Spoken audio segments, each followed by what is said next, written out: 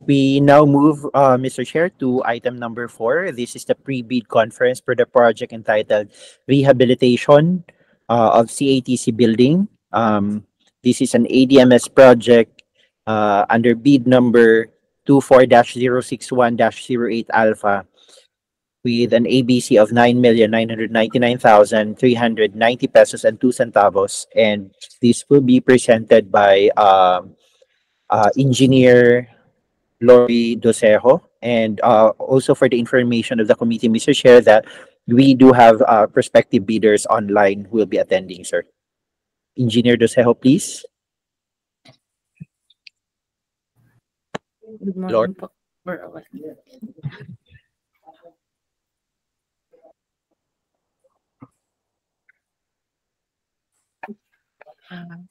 To our morning. prospective bidders, kindly type your name and the company you're representing in our chat box, please, in order for us to have your attendance. I mean, we will be able to record your attendance for today.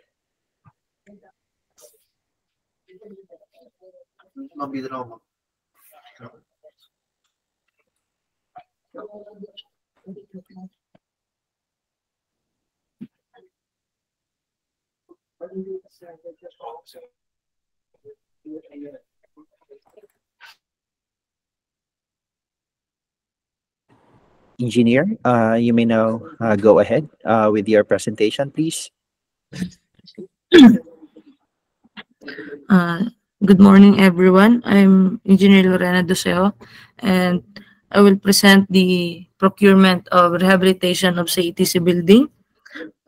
This include the repainting of the building, rehabilitation of comfort rooms, replacement of portion of roof, waterproofing of entrance canopy deck, provision of additional classroom doors and emergency exit doors, provision of flood control equipment, construction of 10,000 gallon steel overhead water tank, construction of cistern tank, construction of pump house, and removal or dismantling of existing overhead water tank under bid number 24-061-08 Alpha. First, I would like to present the site development plan and the floor plan. This is the site development plan, which the overhead water tank, cistern, and pump house will be located.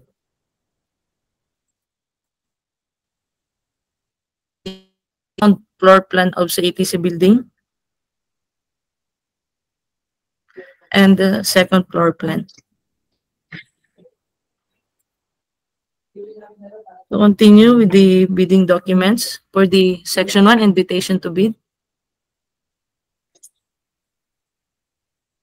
This project has an ABC amounting to 9,999,390 pesos and 2 centavos with the project duration of 240 calendar days, inclusive of 9 rainy or unworkable days. And for the bidding documents P, pursuant to the latest guidelines issued by the GPPB in the amount of 11,200 inclusive of 12% VAT.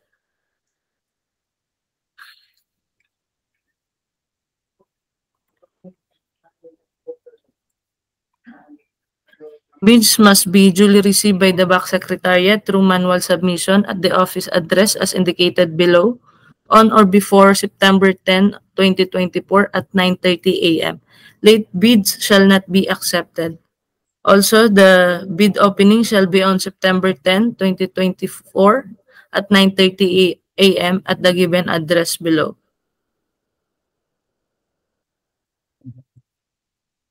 For Section 3, bid data sheet.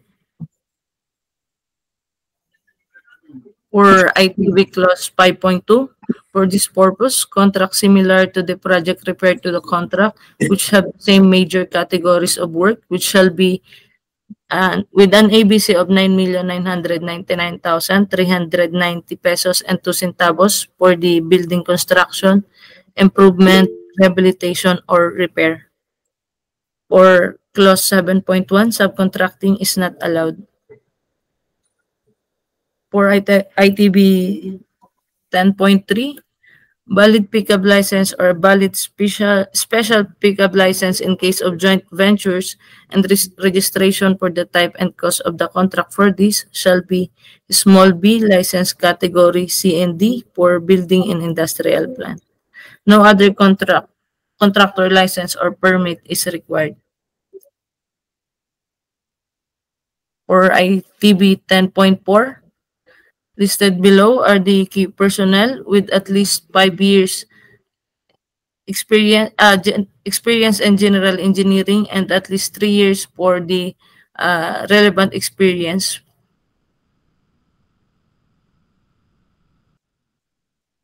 Next clause 10.5 listed below are the minimum major equipment requirement.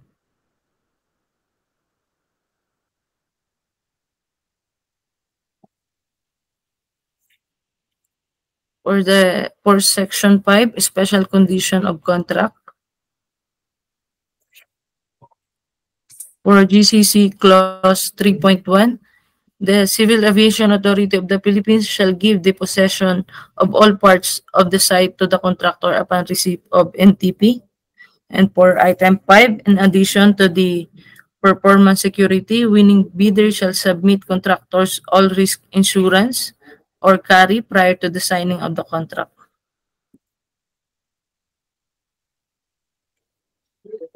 For the specification and scope of work,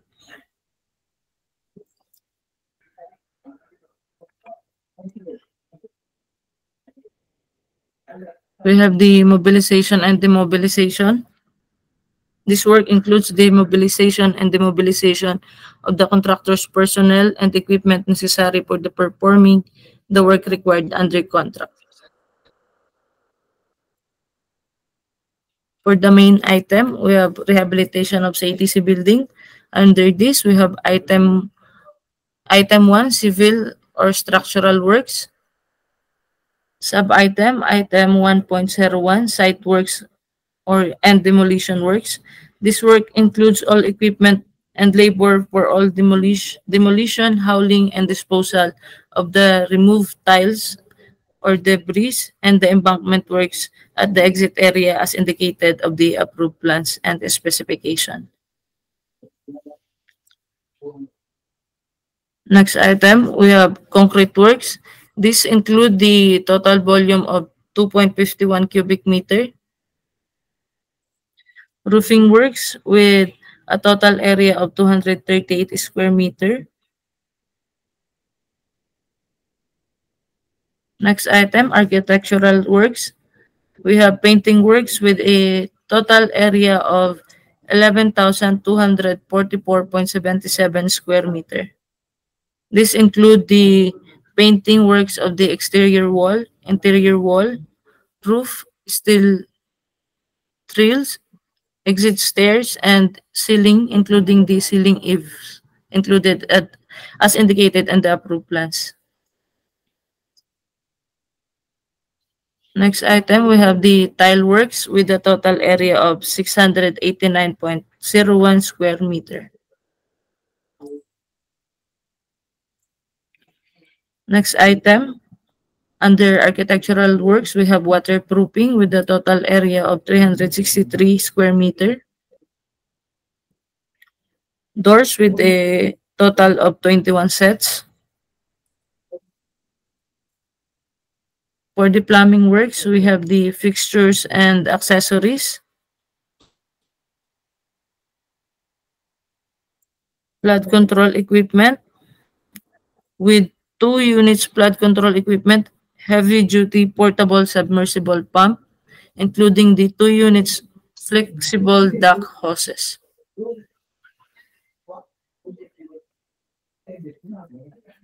Next main item, the construction of cistern water tank. Under this, we have item 1, civil or structural works. For the sub-item, item 1.1, site works with a total volume of 7.17 cubic meter. Concrete works with the total volume of 5.76 square meter.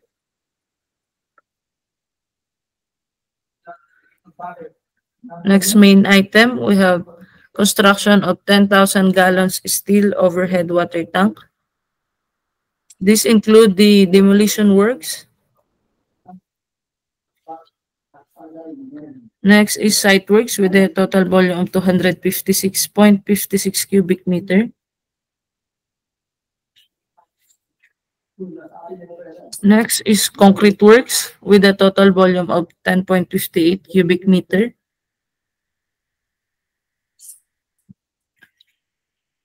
Steel works with the total weight of 7,686.95 kilograms. Next item, plumbing works. This item cover a total length of 175 linear meter.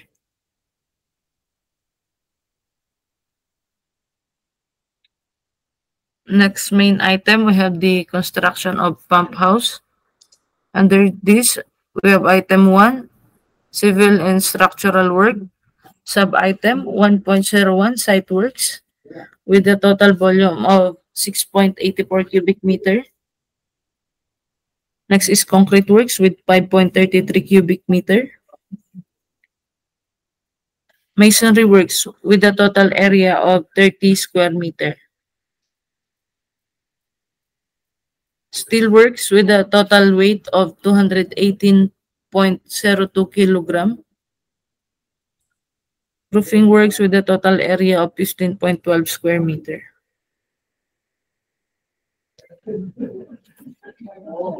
Item 2 is architectural works. Under this, we have 2.01 carpentry works with a total area of 15.12 square meter. Painting works with a total area of 62.70 square meter. Doors and window, one set for the doors and one set for the window. Next item, we have electrical works. Under this, we have sub-item 3.01, conduits, boxes, and fittings. This include the installation of 126 linear meter for electrical conduits and 4 pieces for junction and utility boxes. Next item, electrical wires with the total length of 362 linear meter. Lighting fixtures and electrical wiring devices. Panel board and circuit breaker. Next item, we have the mechanical works for the pump house. We have one set of 1 HP water pump, 220 to 230 volt, 1 HP 30 hertz, and one set of 82-gallon stainless pressure tank. For the special item, the construction safety and health program. This item covers the provision of personal protective equipment or PPE and devices intended for CAAP Project Management Office and resident engineer. And the contractor shall further take all the necessary precautions against damage to the property of the airport and other facilities located at or adjacent to the worksite. And the contractor shall at all times comply with the accident prevention, regulation, and safety regulation of local or national authorities or the prescribed by the CAAP. And the contractor shall appoint a safety officer and safety aide to hold the periodical safety meetings with the workers and within his own supervisors and foreman. In addition, the contractor shall report in writing within 24 hours to the PMO all the accident involving the death or injury to any person resulting from the contractor's operation.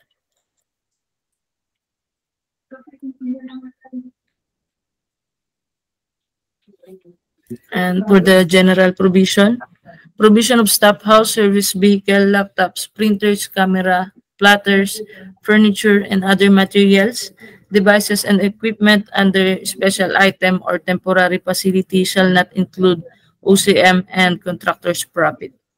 And the contractor shall be responsible in providing safety perimeter fence or security fence, personal protective equipment for staff and workers on site while the construction is ongoing, and safety reports should be prepared regularly.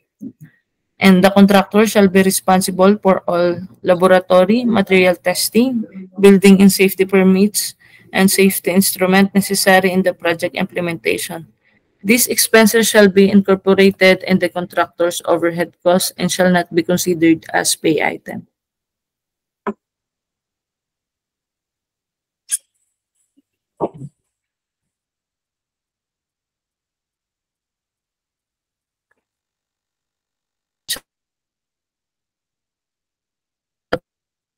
Listed below are the technical component envelope.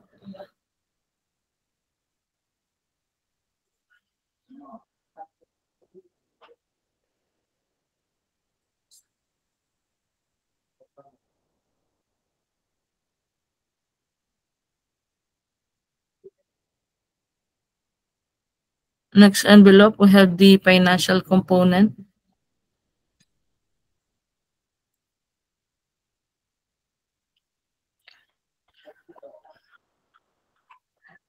Thank you. That's the end of the presentation for the procurement of rehabilitation of CATC building. Thank you.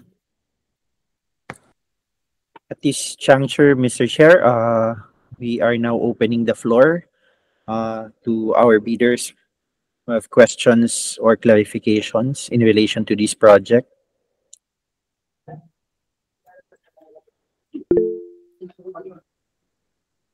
Mr. Chair, REIT Construction would like to be acknowledged. REIT, go ahead please with your question. Good morning po. Good morning to everyone. Questions, rinig po ba? Yes, sir. Kindly, sir, can you hear us?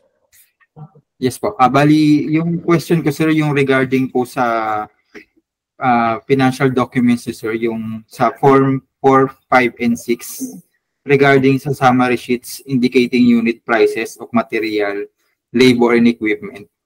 Sir, tanong ko lang sir kung paano ba ito pipilapan? Saan ba namin kukunin yung mga data for the description, yung sa unit price? ADMS, please.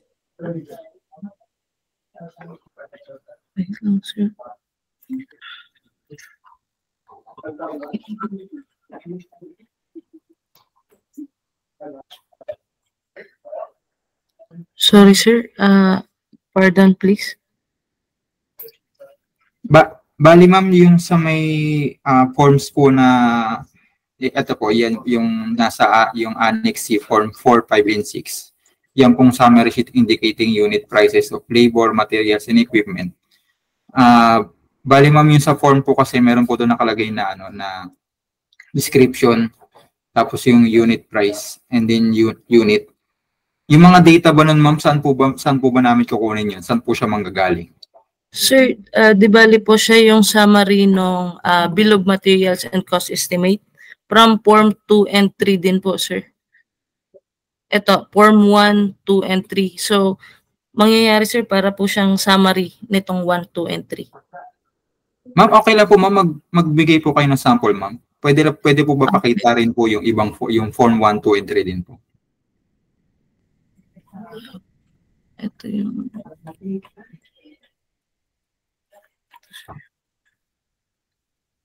Ito, sir, yung tinutukoy niyo, sir, no? Yes po, ma'am. Bali, ma'am, yung dyan po kasi sa Form 1 is unit price and quantity lang po.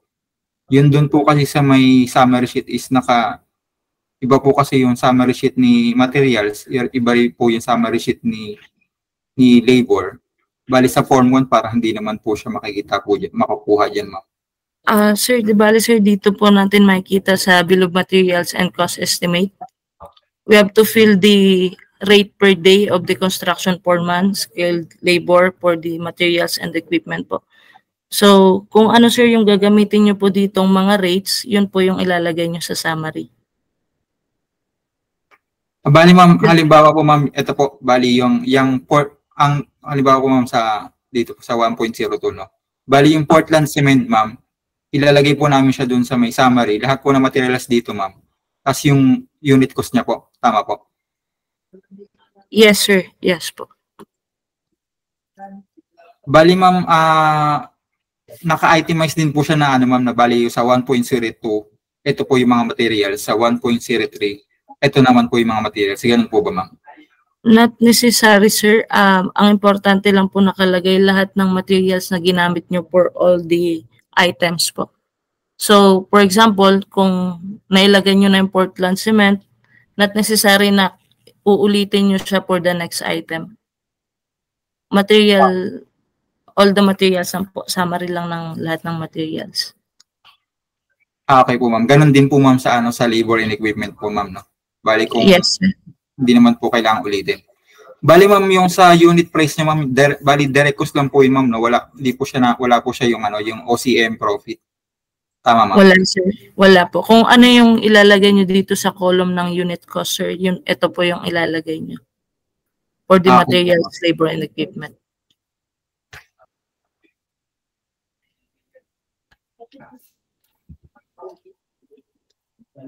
Nasagot po ba sir yung tanong po ninyo sir? Ma'am, okay lang po ba ma'am ano magbigay lang din po kayo ng sample ma'am sa bid bulletin po ma'am. Maisama lang din po sa bid bulletin. Yung sample po ng pag-fill up nito ma'am.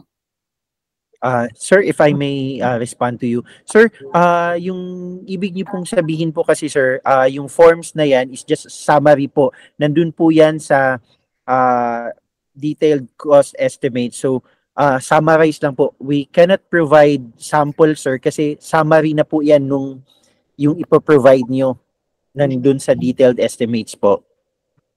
Okay po sir. Sige po sir. Okay sir. Thank you sir. You're welcome po. Bali sir, additional question lang sir. Regarding po sa Tempasil, magpo-provide po ba kayo sir? And pwede po ba mag-stay in dun po sa site? ADMS please. Sir, regarding po sa temporary facility ng worker po sir, no? Tinutukoy ninyo? Yes po. Pati po yung stay in po ng worker, kung pwede po. Sir, during pre-construction meeting, sir, i-address po yan kung saan pwede maglagay ng bunkhouse. During pre-con na po yan, sir, i-address. Pero ma'am, yung sa Tempasil po, ay yung sa stay-in po ba ma'am ng workers, pwede po kaya dun sa site? Sir, sa pre-con, sir, i-address po yan kasi we have concerns po.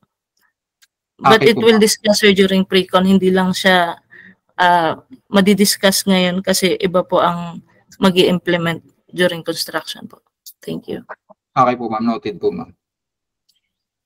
Sir, last question na sir, yung regarding po sa site inspection, required po ba sir? Yes sir, you are required to conduct your site inspection, sir. Proof of site inspection, I think kasama po siya dun sa post-qualification document. So, you have to conduct your site inspection or site visit po. Sabihin mo. All clear na po, sir? Any other questions from our other prospective bidders? Okay po sir. Noted po dun sir sa ano. Tapos sir, concern lang po dun sir sa ano, sa may kasi sir yung sa stay in po kasi sir. Bali ano rin lalagay po rin po sana namin dun sa move na costing po kasi sa costing po. Kasi if ever po na hindi po payagan, at least po ma-consider na rin po namin sa bid po namin. ADMS, are you allowing construction workers to stay in or to stay in the bunkhouse or yung sa Tempasil nila? Attorney Frank, if I may. Yes, go ahead, please.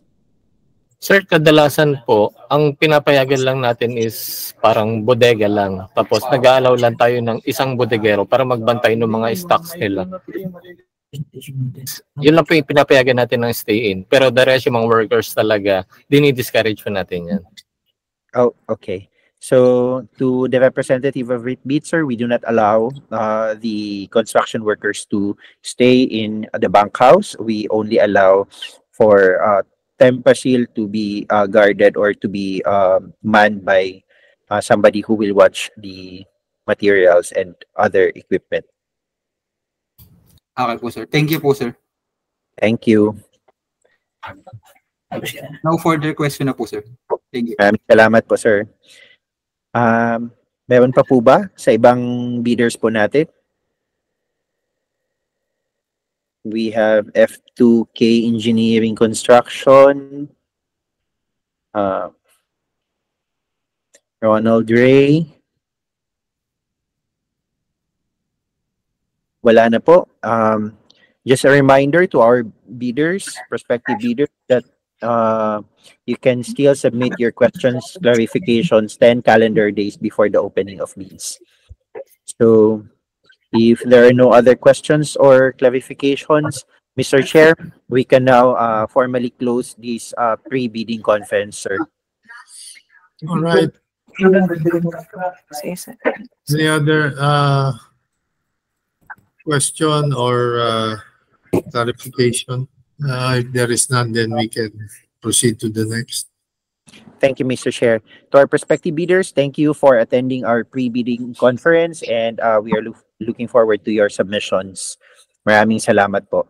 Secretariat, kindly remove our bidders from our meeting room.